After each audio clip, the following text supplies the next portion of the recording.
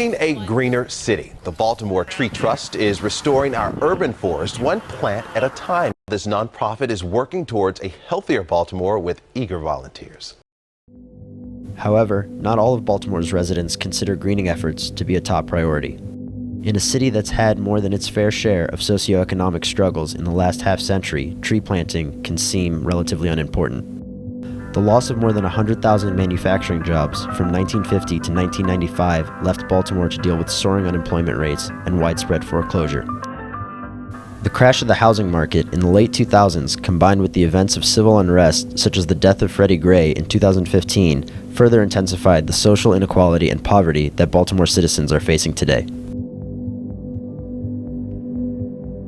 What would you say to people who say that social problems, apart from the environment, should take precedent? Yeah, so I mean, the reality is trees are thought of by a lot of people as an afterthought when really we have to take care of ourselves first. So you definitely have to address the social issues, but it should be an integrated strategy. So you have health needs, you have crime prevention, you need to make jobs, you need to have healthy environments too. So it's really the total package, because when you forget about one thing, it becomes out of balance, and you can't achieve your goal. So trees are part of the solution to Baltimore's future. That was Darren Crew, who works for Blue Water Baltimore, a nonprofit organization focused on cleaning up the city's waterways and increasing tree canopy coverage. The other major organization we spoke to was Tree Baltimore, the umbrella organization for all the smaller groups involved in tree planting here in the city. They also focus on tree giveaways within the community and supplying trees to the multiple other organizations involved, like the Parks and People Foundation and the Baltimore Tree Trust.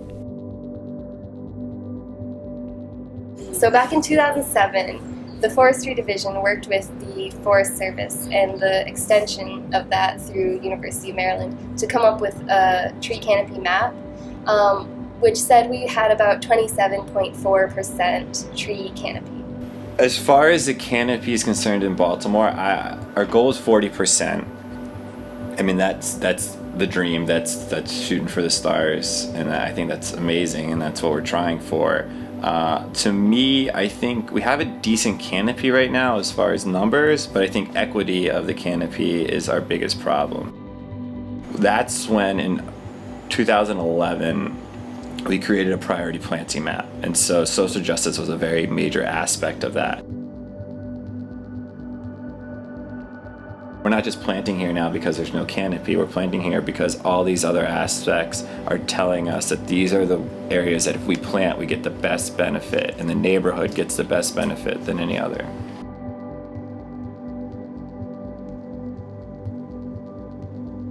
Some neighborhoods have like 72% tree canopy, while others have only 1%. And as we approach the issue of increasing tree canopy, we have been very cognizant of that problem, and have been trying to put trees in where they're the most needed. The careful balance between these organizations and Baltimore's citizens felt more and more complex with every person that we spoke to. We reached out to Nathan Randolph, Tree Baltimore's GIS specialist, to ask if we could use some of their data sets to run a few figures of our own. We found a fairly strong correlation between race, income, and tree coverage, something that the city has worked hard on correcting over the past decade. The industry the green industry is not as inclusive as they like to think they are, I think. But it's not because they don't want to be. So you say they show up in neighborhoods and they provide the trees and they've done all the grant running and they've done all the hard work to get the product to the neighborhood. How are the people involved? Why aren't the people involved? And it takes, in my opinion, being a role model and showing up and providing examples of what it looks like to do greening in these neighborhoods. And honestly, I don't think the color should really matter necessarily as much as people being committed to the work.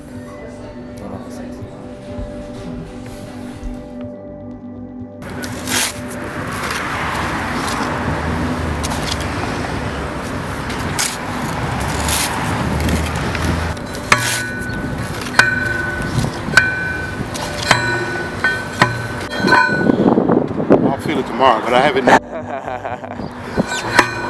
To me, Cherry Hill's a jewel. It's like in the city, but you're in the suburbs. Lots of green space, close to the water, close to the harbor. It's a nice place to live, and it's got potential. Our city needs people to know each other better and to work in community to make things better. I'm interested in greening and trees and a greener Baltimore, but I'm also interested in a friendlier and a more community-based Baltimore. Yes. Today I met a scholar and a gentleman. All right. Events like the planting at Cherry Hill are pretty common throughout the city and are usually fairly busy with enthusiastic volunteers. But we also wanted to hear from city residents that oppose tree plantings in their neighborhoods. We tagged along on a Highlandtown street planting with Elisa's forestry team to see if we could talk to the locals and hear some of their opinions. One woman, strongly against the plantings going on that day, agreed to speak with us as long as she didn't appear on camera. They better not put a tree here. Because I told them if they did, I would yank them up and take them down and set them on City Hall's property. Hiding drugs and needles. No. They're only going to be used for trash. Green Baltimore, or whatever it's called, they're not going to take care of it. They put a trash can over there on the corner.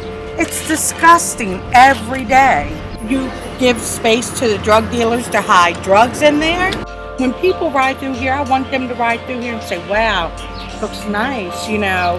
I don't want them riding by here saying, oh, no, somebody was killed here. I don't want to live in that neighborhood. No. Yeah. I'm pissed that they're putting one there, but, you know, it ain't on my property, so I can't say shit.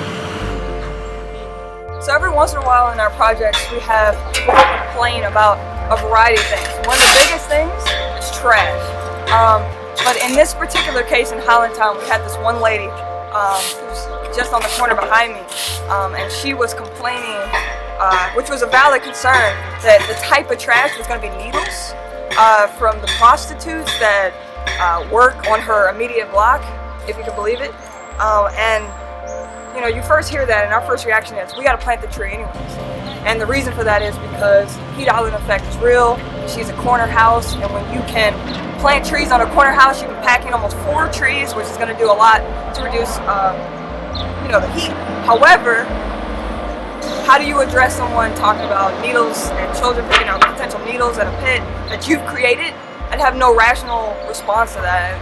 There's nothing I could say to defend that, honestly.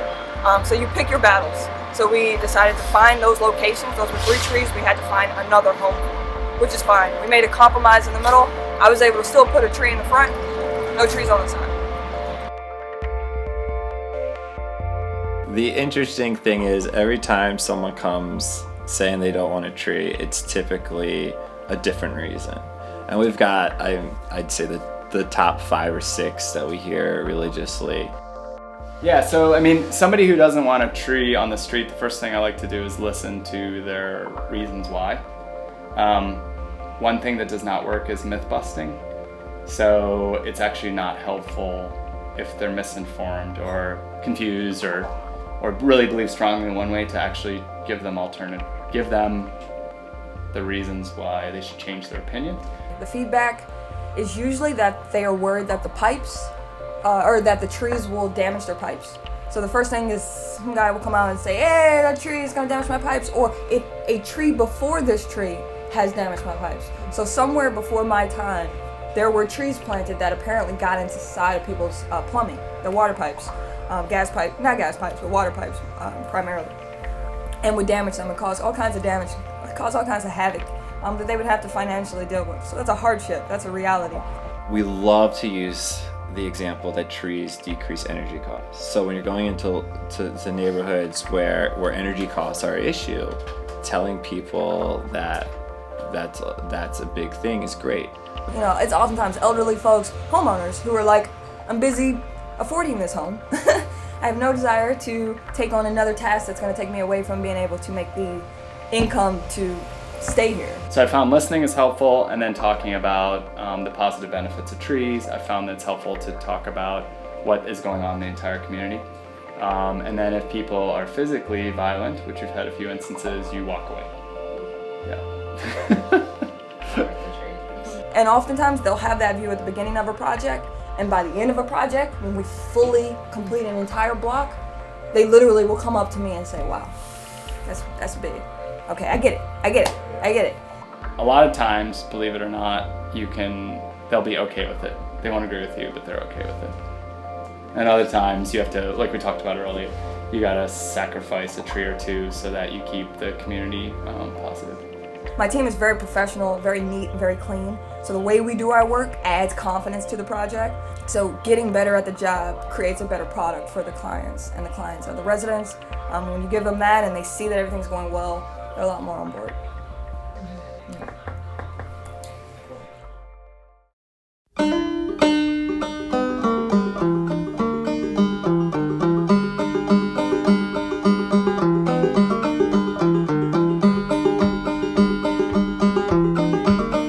Despite the pockets of resistance in some neighborhoods, Baltimore has widespread support for the greening movement and the strong, tight-knit community surrounding it.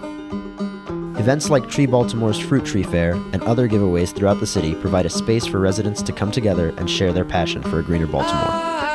The other thing is when we do volunteer events, we make them really fun. I think that's a key thing, is getting people to have fun when they're at a volunteer event so they come back. Before we talk about how to prune the different fruit trees, there's a couple basics.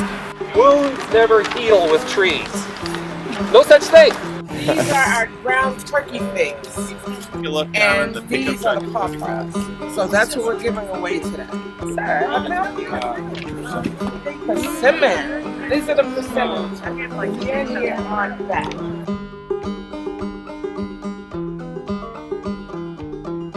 More trees are good. I mean, I would love to see more trees in the city. I worked out in the city, and all the cement kind of bums me out, but I just like trees.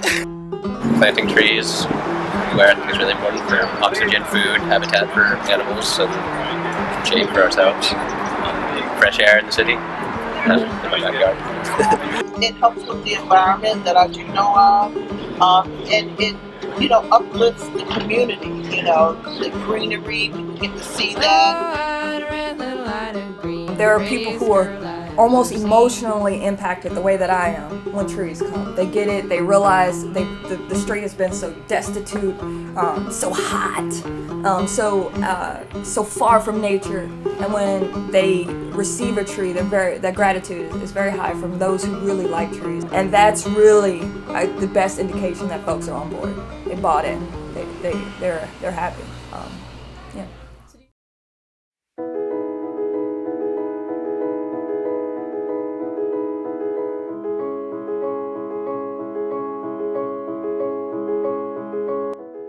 People are tired of being studied. They want things to happen. They want to see progress in their neighborhood. When I know how far behind we are, I'm like, man, I gotta get this tree in. You don't understand? You got this gutter right here, it's coming down. You got all this rain, you don't understand. We got all this biodiversity. I got another species right across the street that's gonna match it. I got this sequence going on, it's gonna be beautiful. We need this tree here. And then they're like, well, what about the leaves? And I'm like, the leaves, it's 20 minutes in the fall.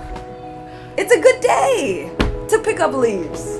It's not so bad. I hear you, it's not so bad though, honestly. What's bad is your energy bills. And I'm not gonna be here in 2 weeks. And I'm here now. And I'm giving you free trees.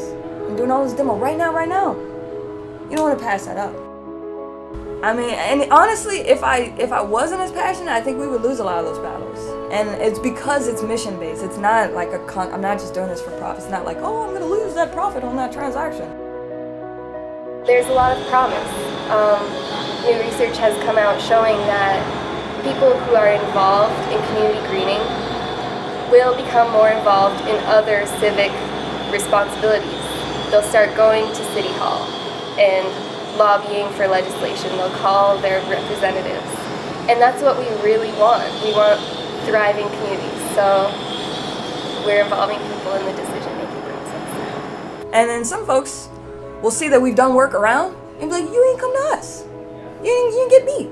You didn't get me. When are you guys coming? And I love that I'm able to say we're coming. Because we are. Because the mission allows for that. The mission is to get, you know what I mean, to increase this tree canopy. And it's any neighborhood, any place, anywhere. It doesn't even have to be poor communities. It doesn't have to be Baltimore City necessarily. It doesn't have to be these. It's just places as the planet. And Baltimore needs to do their part in the schematic of it all. So you both need the grassroots, the bottom up, and you need the top down, and that's been missing. And like I said, it's part of a holistic strategy of making Baltimore great, so it needs to be in there. We need the tree canopy goal to be an important thing that drives city agencies and what they do, and we need support from the mayor, from the governor, from our president.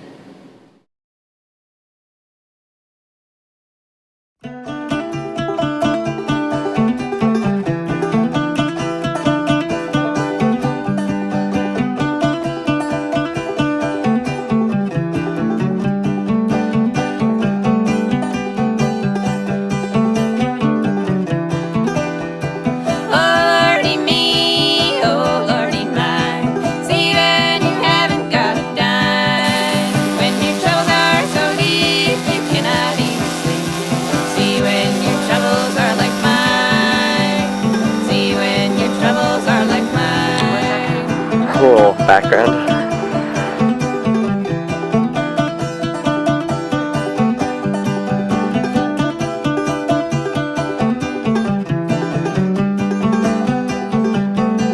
Go ahead and clap for me. Film the camera.